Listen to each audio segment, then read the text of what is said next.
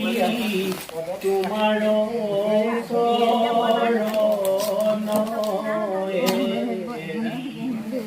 আউল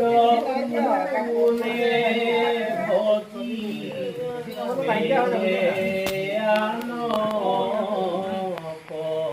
কৃষ্ণ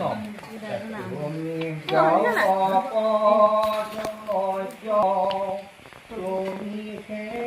পদ জ্ঞান ঈশ্বৰ পুৰুষ সৰ্বসাক্ষী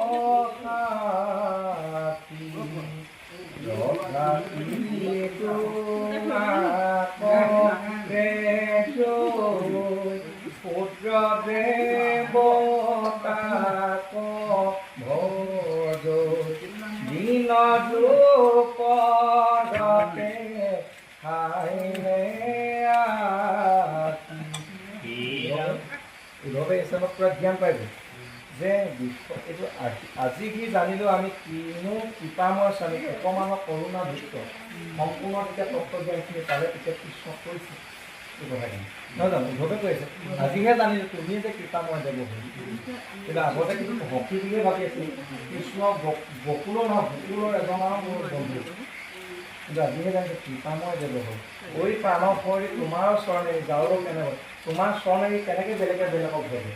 তুমি জপ যজ্ঞ নাম তুমিহে পৰম জ্ঞান ঈশ্বৰৰ পুৰুষ সৰ্বহেতু তুমি তথাপি তোমাৰ বাবে যে ক্ষুদ্ৰ দেৱতাকৰ যে দিনৰ ভিতৰতে খাই ৰাখি তথাপি তোমাৰ সজাসতি নেজানি এই ক্ষুদ্ৰ সৰু সৰু দেৱতাবোৰক পূজা কৰি দিনতে দিন দুপৰত খাইলে আহি দেৱতাই দেৱতাৰ পূজা কৰা ভাবে আমি এতিয়া কিছুমান পূজা পাব নাই যেনে বিষ্ণু পূজা শনি পূজা শনিচাৰ খোৱা পাব সেইটো পূজা ঈশ্বৰ নবহি ক্ষুদ্ৰ সৰু সৰু দেৱতাবোৰ পূজি থকা